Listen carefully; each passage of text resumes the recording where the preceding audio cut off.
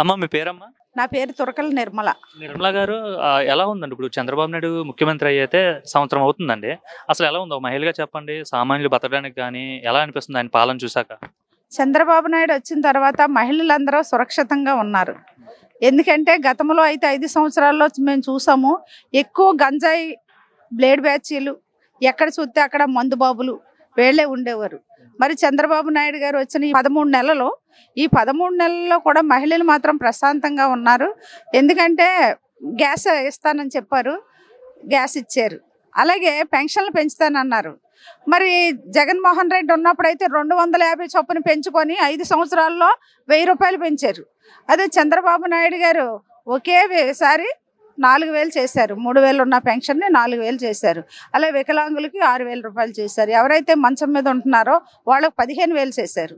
ఇవన్నీ కూడా చంద్రబాబు నాయుడు గారు చేశారు. అలాగే తల్లికి వందనం, ఇంట్లో ఎంతమంది పిల్లలైతే ఉన్నారో అంతమంది పిల్లలకి కూడా తల్లికి వందనం డబ్బులు వేశారు. అది ప్రతి ఒక్కళ్ళు కూడా స్కూల్లో జాయిన్ చేసేటప్పుడు పిల్లల తల్లులందరూ కూడా చాలా ఆనందం పడ్డారు. ఎందుకంటే పిల్లల్ని జాయిన్ చేసేటప్పుడు మేము ఇబ్బంది పడేవాళ్ళం, ఈరోజు అది లేకుండా అయిందన్నారు.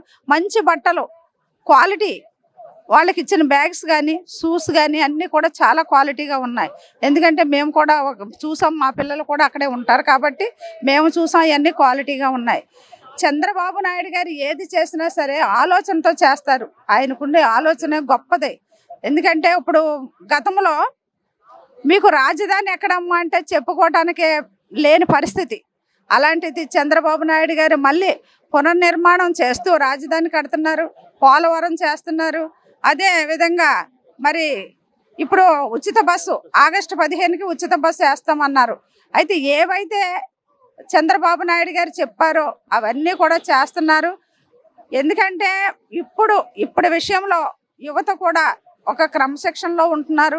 ప్రతి ఒక్కళ్ళకి కూడా భయం అనేది కూడా ఉంది. ఎందుకంటే గతంలో భయపడేవాళ్ళు లేరు. ఇప్పుడు వీళ్ళకి ఎందుకంటే ఏ ఫ్రెండ్స్తో ఎటు తిరిగినా ఎక్కడ తాగినా ఏదైనా ఇబ్బందులు వస్తాయనే భయం కూడా వాళ్ళకు ఉంది. వాళ్ళు కూడా మేము ఉద్యోగం చేసుకోవాలి, మా ఇల్లుని పెంచుకోవాలనే ఆలోచనతో యువత కూడా ఉన్నారు. ప్రతి ఒక్కళ్ళకి మంచి భవిష్యత్తునిచ్చే చంద్రబాబు నాయుడు గారు ఉండాలి, నిండు నూరేళ్ళు ఉండాలి. మరి తెలుగుదేశం పార్టీ కూడా ఉంటే మా అందరికీ. ఎలా ఉన్నారు అంటే యువత ఉద్యోగాలు అంటున్నారు కాబట్టి ఉద్యోగ అవకాశాలు కావచ్చు, కంపెనీలు కావచ్చు, తీసుకొచ్చే పనిలో లోకేష్ ఉన్నారు. అసలు పని చేస్తున్నారా ఐటీ శాఖ మంత్రిగా? అసలు ఎక్సలెంట్. లోకేష్ గారు పాదయాత్ర చేసేటప్పుడే ప్రజల్లో ఒక అవగాహన అనేది వచ్చింది. ఎందుకంటే లోకేష్ గారు ఉంటే యువ నాయకుడు, ఆయన ఎంతో క్రమశిక్షణతో తండ్రి అడుగుజాడల్లో నడుస్తూ ప్రజలకు ఏం చేయాలనే ఆలోచనతో మరి లోకేష్ గారు పనిచేస్తున్నారు. విద్యాశాఖ మంత్రిగా ఆయన చేసిన పనులు మాత్రం చాలా సంతోషం. ఎందుకంటే విద్యాశాఖ మంత్రిగా ఉండి, అది నేను ఇందాకే చెప్పాను మీకు, ఎందుకంటే స్కూల్ యూనిఫామ్స్ ఏ క్వాలిటీ ఉండాలి, పిల్లలకి ఎలా ఉండాలి అనే ఆలోచనతో ఆయన చెప్పారు.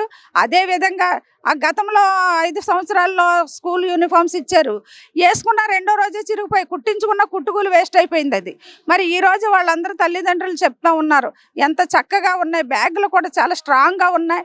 మరి చదువు విషయంలో కూడా మరి లోకేష్ గారు విద్యాశాఖ మంత్రిగా ఉంటే ఆయన ఎంతో మంచిగా చేస్తున్నారు.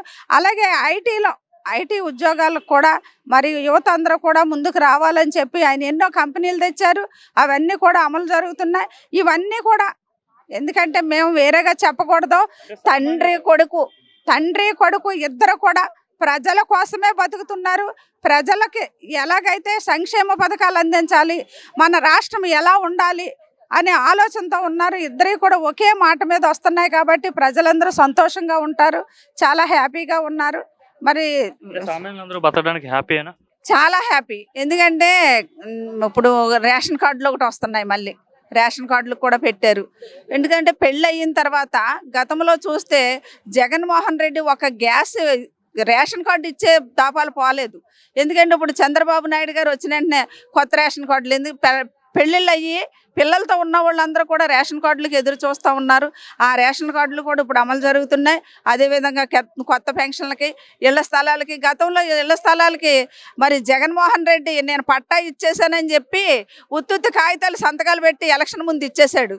అది ఎక్కడ అని చెప్పి ఆ కాగితాలు పట్టుకొని ఆ స్థలాల దగ్గరికి వెళ్తే అక్కడ ఉన్న రైతు మా దగ్గర ఎప్పుడు కొనలేదు, అసలు మాకు రూపాయి ఇవ్వకుండా ఈ స్థలాల దగ్గరికి మీరు రావటం ఏంటని వాళ్ళ తిట్టు పంపించే రోజులైతే ఉన్నాయి. ఇప్పుడు చంద్రబాబు నాయుడు గారు ఎవరైతే వచ్చి ఎవరికైతే ఆ పట్టాలు ఉన్నాయో వాళ్ళందరినీ మనం నిరుత్సాహపడొద్దు. వాడేదో చేసినట్టుగా మనం చేయటం కాదు. మనం ప్రజలకు ఉపయోగపడే వాళ్ళం కాబట్టి రూరల్లో ఉంటే 3 సెంట్లు ఇస్తాము, అదే మరి అర్బన్లో ఉంటే 2 సెంట్లు ఇస్తామని చెప్పి మరి చెప్పడం. అదేవిధంగా ఇప్పుడు పట్టాలకు కూడా ఇళ్ల స్థలాలకు పెట్టుకునే వాళ్ళు కూడా ఉన్నారు. ఎవరికైతే లేదో వాళ్ళందరికీ కూడా ఇవ్వటానికి సిద్ధంగా ఉన్నారు. మరి తెలుగుదేశం ప్రభుత్వం వస్తే వచ్చింది కాబట్టి అందరూ కూడా సుఖ సంతోషాలతో ఉంటారు. అమ్మ మీ పేరండి?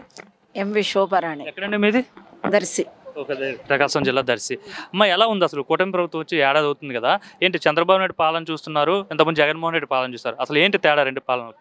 రెండు పాలనలకి రావణాసురుడు రాములు వారి పాలనలకు ఉన్నట్టు తేడాలు ఉన్నాయి. ఏంటి రావణాసురుడు అంటున్నారు, మరో పక్క రాముడు అంటున్నారు, ఏంటి అసలు తేడా గమనించి? రావణాసురుడు పరిపాలన అంటే జగన్మోహన్ రెడ్డి, రాములు వారి పరిపాలన అంటే చంద్రబాబు నాయుడు గారు, లోకేష్. అది ఎందుకంటే ఈరోజు రాష్ట్రం విడిపోయి 10 సంవత్సరాలు దాటిపోతే బస్సులో ఉండి రాష్ట్ర అభివృద్ధి చేసుకుంటూ ఒక రాజధాని ఏర్పాటు చేసి ఒక్క పిలుపుతో వేల ఎకరాల భూములు ఇచ్చి ఒక ముఖ్యమంత్రి మీద ఉన్నటువంటి నమ్మకంతో వేల ఎకరాల భూములు ఇచ్చారు.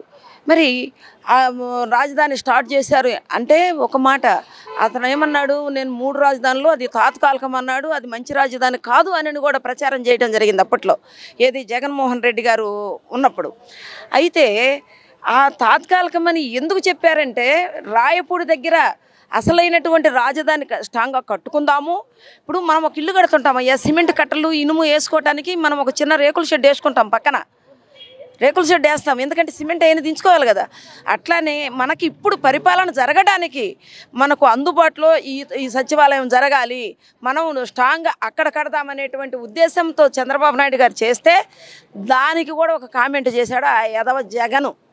తర్వాత అధికారంలోకి వచ్చిన తర్వాత 3 రాజధానులు ఒకటే పాట. ఏది ఒక కార్యకర్త, వైసీపీ కార్యకర్త దగ్గర నుంచి, ఎమ్మెల్యే దగ్గర నుంచి, ఎంపీపీ దగ్గర నుంచి, ఎంపీ దగ్గర నుంచి, ముఖ్యమంత్రి వరకు ఎక్కడైనా కూడా 3 రాజధానులు అన్నాడు, 3 ఇటుకలు పెట్టాల యాదవ. మరి అటువంటిప్పుడు రాజధాని ఎక్కడ అని ఇతర దేశాల్లో ఉన్నటువంటి అదర్ కంట్రీస్లో ఉన్నటువంటి ఒక సాఫ్ట్వేర్లు కానివ్వండి, ఇంకొకటి హోటల్ మేనేజ్మెంట్ కానివ్వండి, ఏదన్నా కానీ ఒక వ్యాపార వృత్తిపరంగా పోయినటువంటి వాళ్ళు కూడా మీది ఎక్కడ అంటే ఏ పని చెప్తారు, రాజధాని ఏదయ్యా అంటే ఏమో. ఇప్పుడు హైదరాబాద్ మంది అంటే ఒప్పుకుంటారా అండి? ఒప్పుకోరు వాళ్ళు. అటువంటిప్పుడు మనకేం రాజధాని లేదు, 3 రాజధానులు అని చెప్తే ఎవరైనా నమ్ముతారయ్యా? తరిమి కొడతారు వాళ్ళని. అందుకని జనాలు కూడా పడరాని పాటలు పడ్డారు ఆ రోజు. మరి అధికారంలో ఉన్నారు కదా, మరి అమరావతిని పూర్తి చేయగలుగుతాడా, మంచి నగరంగా తీర్చిదిద్దుతారా, అట్లానే వదిలేస్తారా? 100%. ఒక 2 ఇయర్స్లోనే ఇప్పుడు ఉన్నటువంటి సచివాలయం అసెంబ్లీ, ఆ యాదవ కూడా అదే అసెంబ్లీ నడిపించాడు. మరి అదే సచివాలయాల్లో మంత్రులందరూ ఉండి కూడా పరిపాలన చేయడం జరిగింది. కానీ అది ఒప్పుకోవడానికి వాళ్ళ రావణాసురుడు పరిపాలన, అదే రావణాసురుడు కంటే అంటే రాక్షసులకి ఎప్పుడు కూడా మంచిని ఒప్పుకోరు. ఎప్పుడు కూడా వాళ్ళకు కక్ష, కార్పణము, రక్తం కళ్ళ చూడటము ఇదే చూస్తారు. జగన్ పరిపాలనలో కూడా అదే జరిగింది. ఎందుకంటే రాష్ట్రం ప్రతి నెల ఎక్కడో ఒకసారి వాలంటీర్ డబ్బులు తీసుకొని పారిపోయాడు అనేది ఉంది. అంటే రాములు వారి పరిపాలనకి రావణాసురుడి పరిపాలనకి ఇదే తేడా. ఏంటి చంద్రబాబు నాయుడు మీరు ఏకంగా రాముడితో పోల్స్తున్నారు? అవును, ఎందుకంటే అది ప్రజల అభిప్రాయం, నా అభిప్రాయం కాదు. ఉందా ప్రజల్లో? 100% ఉంది. ఎందుకంటే నేను పొద్దున్న లేచిన దగ్గర నుంచి వండుకొని ఇంత అన్నం తింటాను, ఆ బజారు పోయేది, ఆ ఎంఆర్ఓ ఆఫీస్ కాను, ఎన్నో డ్వాక్రా వాళ్ళు ఏదో ఒక పని అంటే తిరుగుతుంటాం, జనాల్లో తిరుగుతుంటాం. కాబట్టి జనాల అభిప్రాయాన్ని మేము గ్రహించి వాళ్ళు చెప్పేటువంటి మాటలు ఇని చెప్తున్నాం. అంతే తప్పక మాకేం చంద్రబాబు నాయుడు గారుని ఇదని కాదు. మేము కూడా ఒక కామన్ మ్యాన్. కాకపోతే రాష్ట్రం సుభిక్షంగా ఉంది ఈరోజు. ఇంకొక చిన్న మాట, ఉదాహరణ, చిన్న పిల్లలు, నోరు లేని పిల్లలు స్కూల్కి వెళ్తున్నారు. ఆ రోజు అన్నం తినమని బతిలాడితే, అంటే నేను కూడా వెళ్ళాను ఒకరోజు స్కూల్ దగ్గర ఏదో పని ఉండి వెళ్తే నన్ను కూడా అన్నం తినమన్నారు. వాళ్ళు భోజనాలు పెట్టిన దాకా ఉంటే పిల్లలు ఒకసారి ఇంత పెట్టించుకుని తిని, అంటే రోజు తినరు కదా, వీళ్ళు తగ్గించి పెడితే, ఇది సన్న బియ్యం అన్నం పెట్టినటువంటి ఒక 3-4 రోజుల్లో నేను చూసినటువంటిది. ఒకసారి ఇంత పెడితే అది తినేసి మళ్ళీ వచ్చి పెట్టమన్నారు. ఒరే ఏందిరా అని అంటే, భలే ఉంది పెట్టండి సార్ అని. అప్పుడు కొన్నిసార్లు ఏమైందంటే ఈ హెడ్ మాస్టర్లు దగ్గర కూర్చొని పిల్లలు బాగా తింటున్నారు కాబట్టి ఇంకొంచెం బియ్యం ఎగస్ట్రా వేసి వండించి కూడా పెడుతున్నారు. ఈరోజు ఈ రాష్ట్రంలో ఉన్నటువంటి స్కూలు పిల్లలు నోరు దారి ఎరగనటువంటి పసిబిడ్డలందరూ కూడా ఆ అన్నం తిని ఆ బ్యాగ్ తగిలించుకొని అబ్బా లోకేష్ అన్న భలే చేసినాడు, అరే ఒరే లోకేష్ అన్న చూడరా బో భలే ఉంది అంటే కొన్ని చోట్ల పల్లెటూర్లలో కూడా నేను తిరుగుతుంటాను, బో భలే ఉంది భలే పెట్టిండ్రా లోకేష్ అన్న, అట్లాంటి లోకేష్ అన్న ఉండాలిరా, ఒరే మన కోట వస్తే లోకేష్ అన్న కాదు అనేటువంటి చిన్న పిల్లల మనసులో కూడా మరి ఈ తల్లిదండ్రులు ఇద్దరు తండ్రి తనయుడు ఇద్దరు కూడా ఒక దేవుళ్ళలాగా ఉన్నారు. మరి మీరు ఒక మాట అడిగే ఉన్నావు, రాముల వారితో ఎందుకు పోలుస్తున్నావు అని అన్నావు కదా. అయితే ఒక కొడుకు పదవి కోసం తండ్రి శవం ఉంటే సంతకాలు పెట్టించుకున్నాడు. ఒక తల్లిని తిట్టినందుకు ఒక తండ్రిని అరెస్ట్ చేస్తే కొడుకు నిరాహార దీక్ష చేసి నిద్రాహారాలు మానుకొని తండ్రిని వదిలిపెట్టుకొని తల్లిని కాపాడుకొని ఈరోజు ఆ తల్లిదండ్రులకు పాదాభివందనం చేసి వారి దీవెనలతో ఆశీస్సులతో మరి యువగళం చేశాడు. ఆ రోజు నేను కూడా చూసే యువగళం చేసినప్పుడు. ఎందుకంటే ఎప్పుడు కూడా చిన్న పెద్ద గురువు దైవం అన్నటువంటి వ్యక్తి లోకేష్ గారు. జగన్ ఏంటంటే నాకు పదవి కావాలి, నాకు ఆస్తి కావాలి, నాకు డబ్బు కావాలి, రాష్ట్రం ఏమైపోయినా నాకు పర్వాలేదు, రాష్ట్రంతో నాకు సంబంధం లేదు, నాకు డబ్బు కావాలి అని తల్లిని చెల్లినే వాటా లేకుండా పంపించినటువంటి వ్యక్తి ఆయన. మరి ఆయనకు ఈయనకి ఎక్కడ తేడయ్యా? రాముల వారంటే ఈయనే.